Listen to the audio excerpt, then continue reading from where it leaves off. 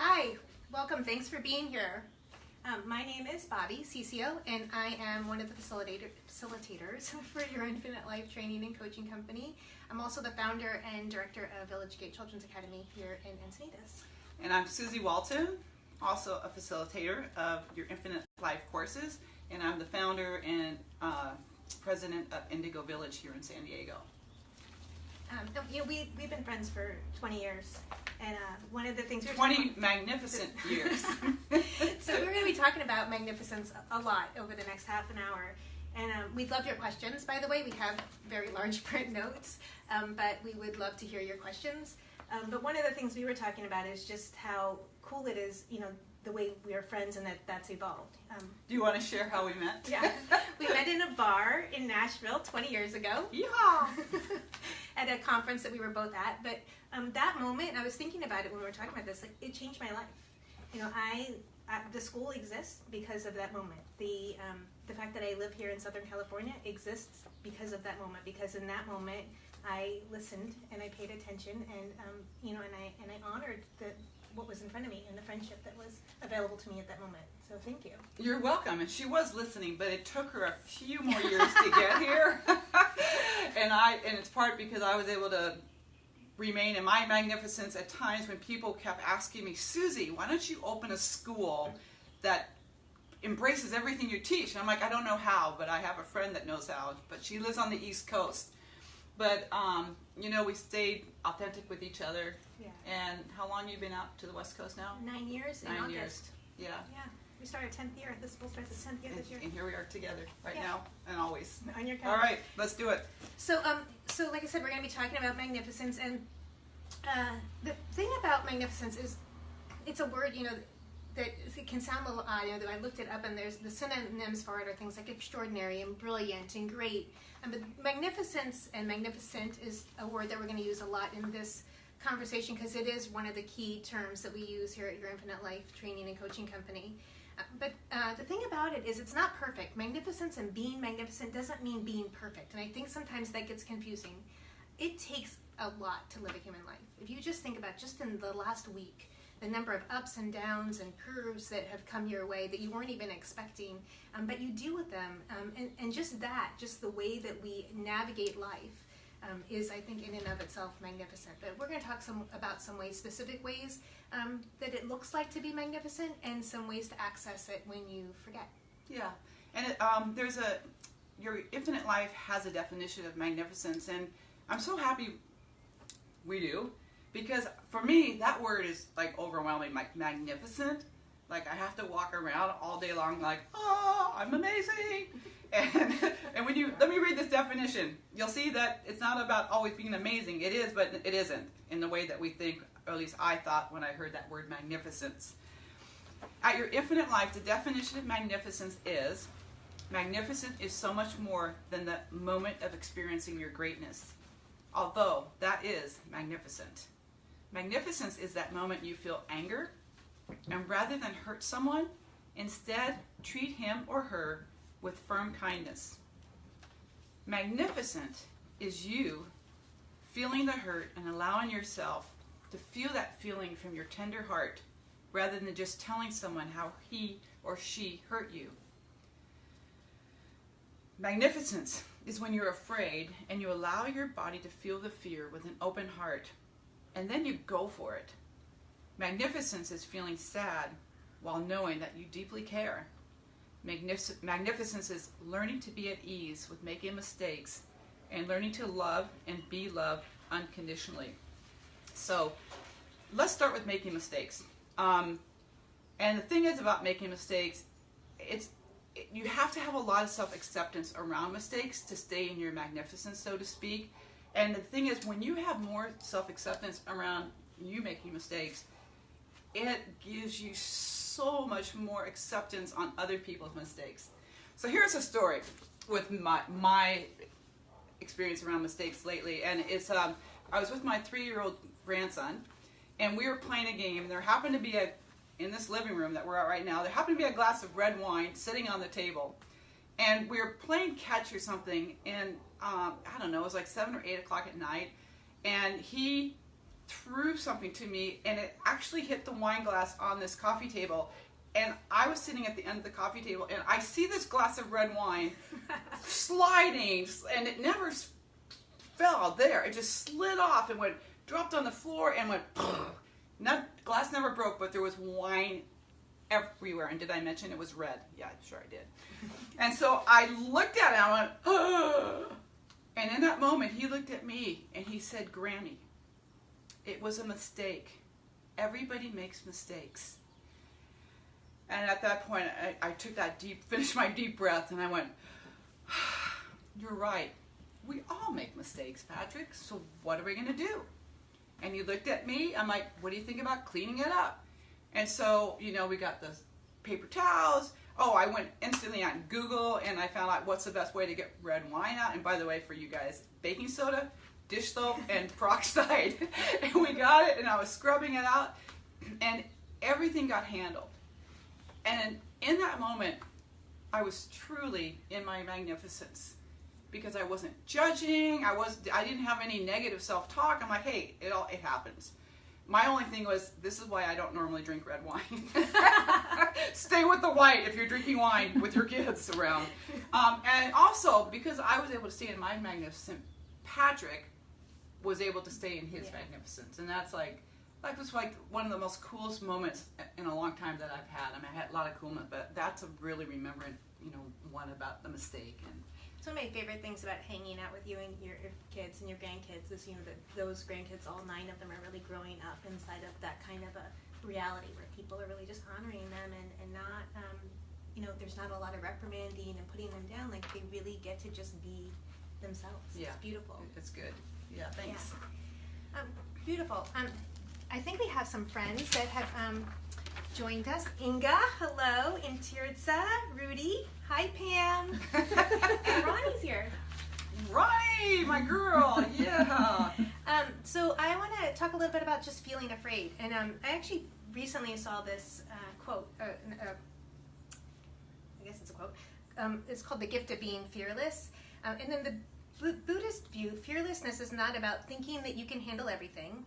It has nothing to do with believing in yourself or trusting in the universe, although both of those things are fantastic. Rather, fearlessness arises organically when you remember that you are, at heart, an ethical, loving, capable, unique, brilliant, caring, joyous, powerful, and generous human being. And so I think probably my best example of fearlessness was when I came out and started the school, and the idea of giving up the life that I had on the East Coast that worked, by the way. I wasn't leaving because there was a problem. My life worked on the East Coast. But there was something more that I wanted, and there was something I really wanted to create. And so giving up everything in order to come here and do this thing that my heart yearned for was terrifying. I mean, it was probably the most scared I've been. Well, because you bring your husband out then, and you bring your kids out with you then, and you've got the whole thing going on here. It's not just everything. You coming out. Right. It's your family. Absolutely. And 3 dogs? 3 dogs at the time, yeah. So, it was a big deal. And by the way, things didn't actually go the way we planned. I had a plan, a pretty good, what I thought was solid plan for starting the school when I got out here, and it didn't go that way at all. But what stayed consistent the whole time was the vision of what it was I was looking to create, and the school that I wanted, the kids, that I wanted to attract, and the difference I wanted to make for them, and sticking with that and just honoring that commitment in myself, really, I feel like was the driving force. And that, for all of us, we all have a place where we're driven by a purpose or a desire or a vision for something. And when we can stay connected to that, more often than not, we stay in our magnificence. And it will support us through those bumps and hurdles and the things that are challenging us.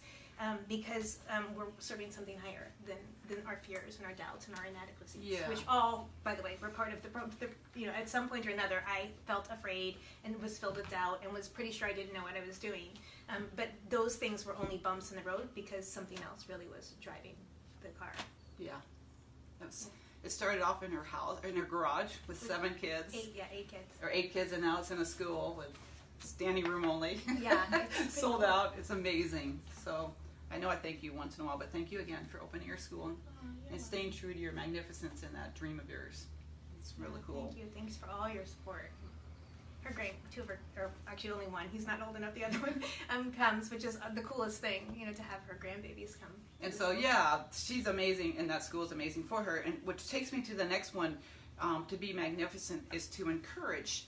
And I feel like that is so important, both to encourage yourself and others.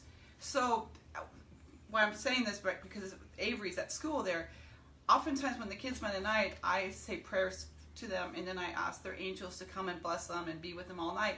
And when I forget to do this, which is quite often, Avery always says in a very encouraging way, Grammy, don't forget to encourage yours. Don't forget to say that for yourself.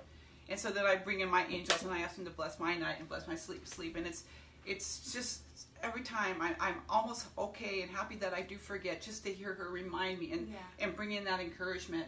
And so that's what she's doing in that moment, is encouraging me, and then I get to encourage myself with my prayers. And then for another example is, one of my sons all played basketball, and my second son, when he was about 13, I think, or so, he was playing, and he was a really good player, and he was on a team, and for whatever reason, the coach decided he wasn't going to start, and they were going to bring in someone else, and he was going to come off the bench. He came home so angry and so upset about that, because he knew he should be starting. And he called his dad and told his dad about him. And Dad gave him such a beautiful message and lesson where he said, listen, son, take this as an opportunity to learn and as a gift. He goes, the majority of kids that play sports and are starters at a young age, if they're going to further their career in any sport, and this is basketball, by the time they get to college or even the pros, there's a huge chance you won't be starting. And it's a gift to know how to come off the bench and be 100% present to what's already been taking place. And I remember him telling that, and I remember, encouraging, Nate along the way, like, to just keep that in your mindset. It's a gift. It may not look pretty right now, but those are that's your magnificence, when we're encouraging ourselves and encouraging others. It's so true. So true. What a beautiful message that he gave him. Yeah, right? I know, because it's all about starting, and a lot of kids they're not going to start you guys out there. So show them the silver lining. Another place that I really think that we can be challenged in our magnificence is relationships. That's the biggest place, right? And it's in all relationships. It's not just with our spouses, our significant others, but also our kids, our coworkers. It's the place where I think that we're most vulnerable. That sense of really opening ourselves up and making ourselves vulnerable is most alive. And so it as the vulnerability increases, so does the sense of like feeling like you could be hurt.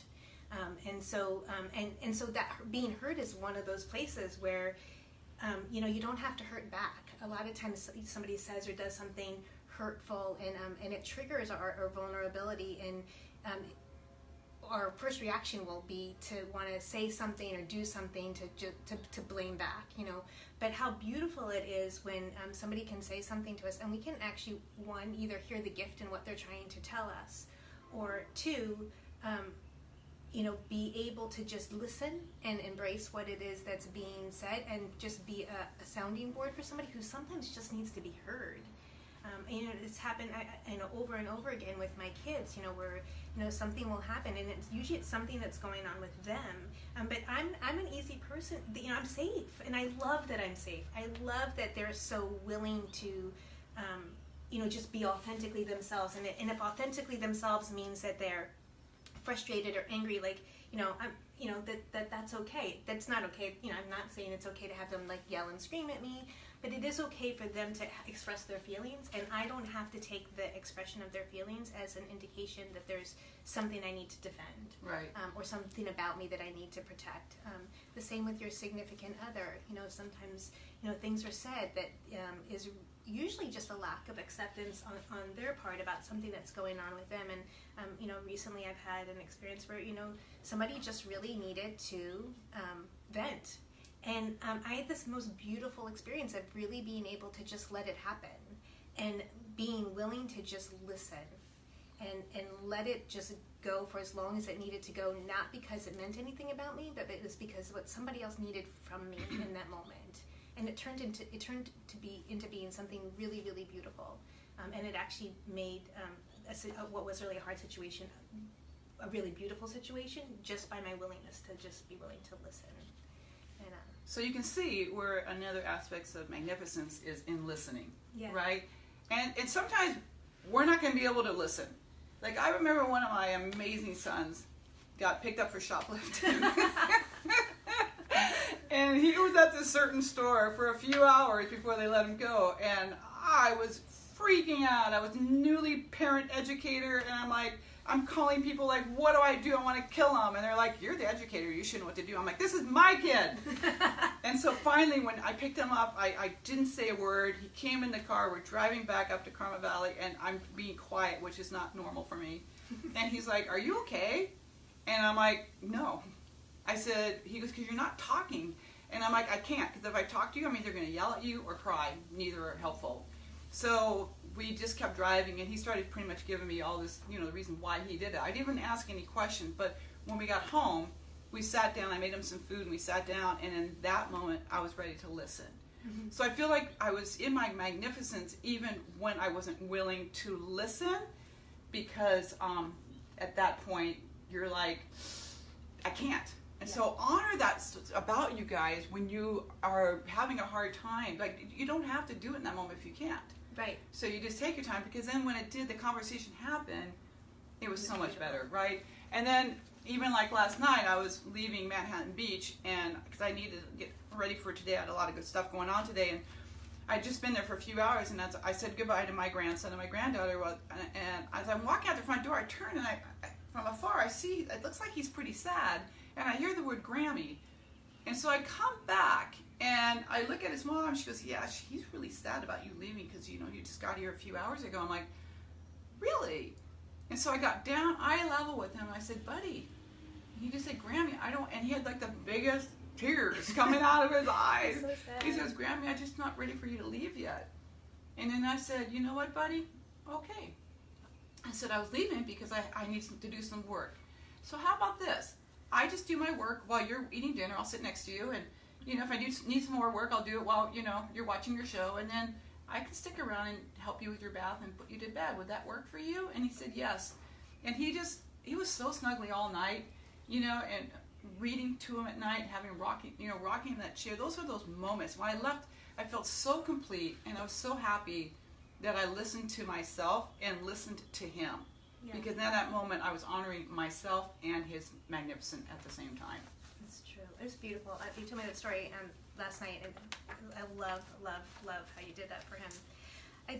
You pointed to something else too, which I think, one of the best things we can do for the people we love is to hold their magnificence when they aren't doing it for themselves. Sometimes people in our lives can be, and this wasn't what Lawson was doing, but in our lives, sometimes, people can be a little harsh or mean, and in those moments, actually what they need for us to do is to hold the ways that they're magnificent for them, because we've been talking a lot about sometimes what's missing is just self-acceptance. And so when we can do that for another human being, when we can hold what's amazing and incredible and really celebrate them, even in the moments that they're not behaving that way, what a gift. Yeah, I think that's one of the things we do really well with each other. Yeah.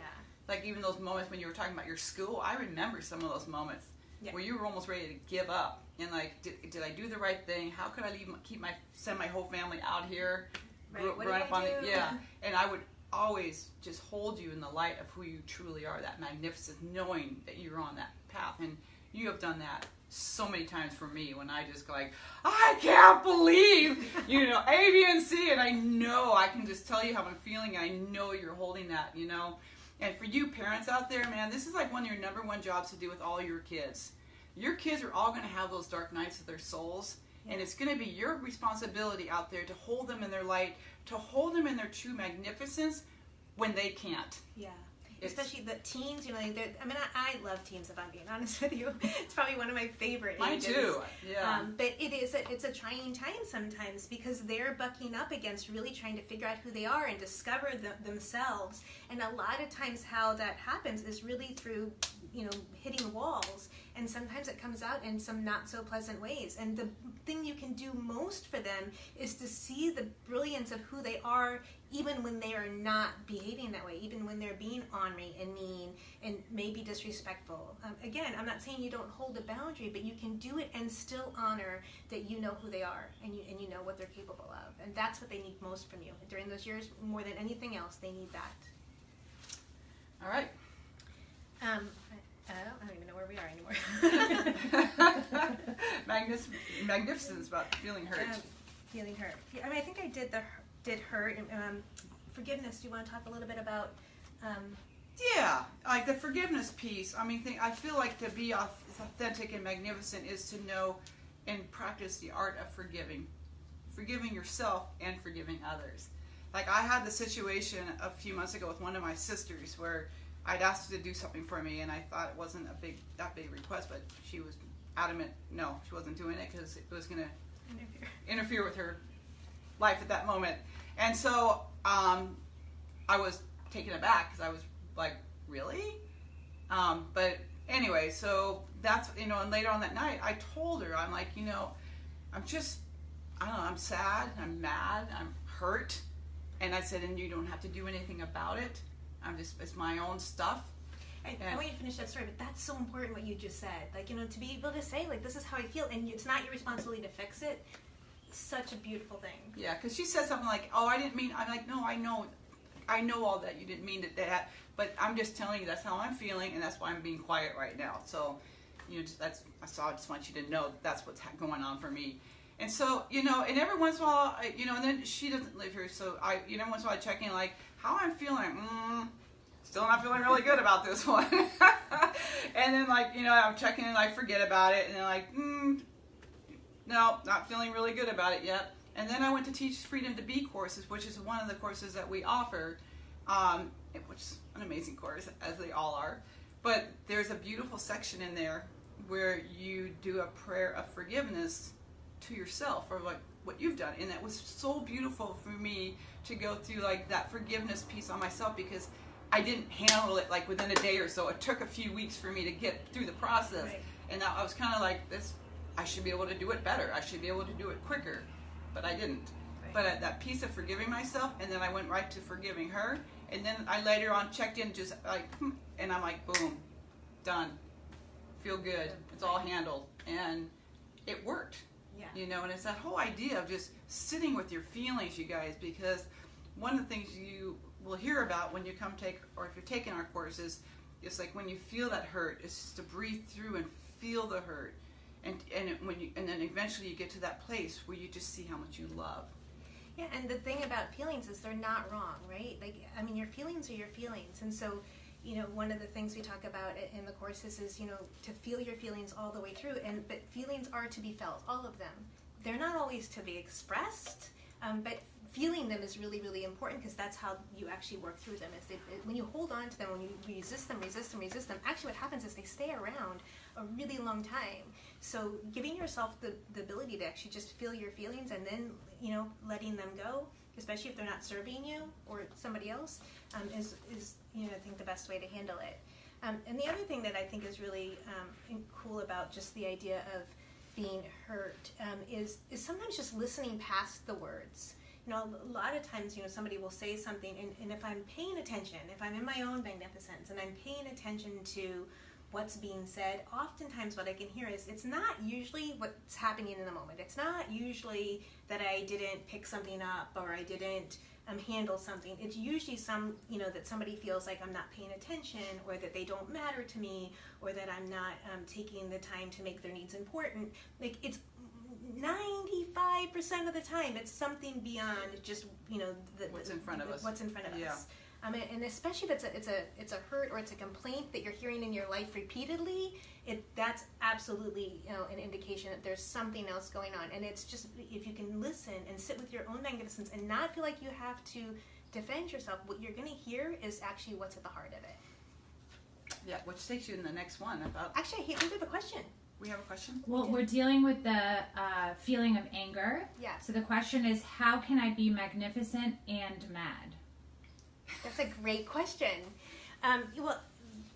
The thing I mean, I think it starts with the idea that you can feel mad and not express anger, right? You can absolutely feel your anger and allow it to go through you. Like, and one great thing to do is just to close your eyes and really allow, it's like, see where that feeling is originating, and allow that feeling to permeate and really, Well, you want it, like, if you feel where it is, like if it's in your chest, then you can close your eyes and breathe, and you breathe the feeling of mad or anger through your body out to your feet and then up through your head, and you just keep doing it, because I pretty much can guarantee you, if you do it long enough, however long that is, that intense feeling of feeling mad or angry will start dissipating. Right. And then on the other side of it is right. Well, the thing about anger also is it's pretty much usually the feeling that's on top. We feel angry when we're feeling powerless and when we don't know what else to do. It makes us feel really powerful in moments that we don't feel very powerful to get angry, because it sort of builds up that intensity within us. But if we allow ourselves to go through that and let it release, then what we can actually see is what's underneath it, and what's underneath it is usually something that we really care about, something that really matters to us. And then we can communicate that from a place of your magnificence, communicating, this is what's going on for me, and this is why this is bothering me, and this is how, what I would like from you. Can we have a conversation about it? That's different, because those things are valid, and you don't want to discount them. You just want to get to the place where you're not communicating from the anger, because when you're communicating from anger, people react to anger. When you're communicating from what's underneath the anger, then people are going to respond. which is probably hurt or sadness or being mad. Right. Yeah. Yeah, absolutely. All right. All right. The other, another thing is to really understand and allow the people in our lives to be who they are. Recently, my daughter graduated college, and she afterwards, she just needed some time to herself. And I'm all full of celebration and look what you did, and she really just needed time to herself. And what was beautiful is I was like, you do that. Like, this is not my graduation. Like her Magnificent looked a lot different than your Magnificence, right? I did, and I needed to let her be where she was, because she wasn't going to feel celebrated by me making her feel bad about it or pushing her to do something she didn't want to do. Really allowing the people in our lives to express themselves the way that's important to them, and listening. I think sometimes we have our families, our kids, our co-workers, they just are not all going to behave the way you think they should, and that doesn't make it wrong. It just makes it different. Yeah. So what do you think? We're getting to the end of time. Yeah. I know. So you want to just go ahead? Yeah. So I've talked about it a little bit earlier, that living from your magnificence does also not mean that you don't take care of yourself. Or set boundaries. Or set boundaries, right. It doesn't mean that, people can just, I'm magnificent, so you can, do whatever you want. We're absolutely not saying that. I actually think one of the ways that it's important to be magnificent is in honoring yourself. And it is in saying, what you need and what you want from the people around you. It's also in honoring others and letting them know. One of the ways you can actually create close relationships is letting people know what you need from them. And I think that's really important too. You want to read. The other is, the idea of just don't defend, blame, judge yourself or anyone else. Judging is a big one. Don't do it. Nobody benefits from judging. And the thing is, though, when we're judging, the reason we judge so bad is because we don't have the self-acceptance piece on how much we judge ourselves. Right. And when we're judging ourselves, we are not in our magnificence. We are going to be messy. We're messy parents. We're messy in relationships. Humans are messy. Yeah. And so the thing is not to try to not be messy, because we will be, but it's to see through the messiness to the authentic, magnificent realization that's put in front of us. Actually, I love what you just said, because that's the thing. When we try to not be messy and we try to be perfect, we're not being authentic. And not being authentic and genuine is not being magnificent. Be authentic and genuine. Be real. Be yeah. real. So I'm going to read something called the guest house. This being human is a guest house. Every morning, a new arrival.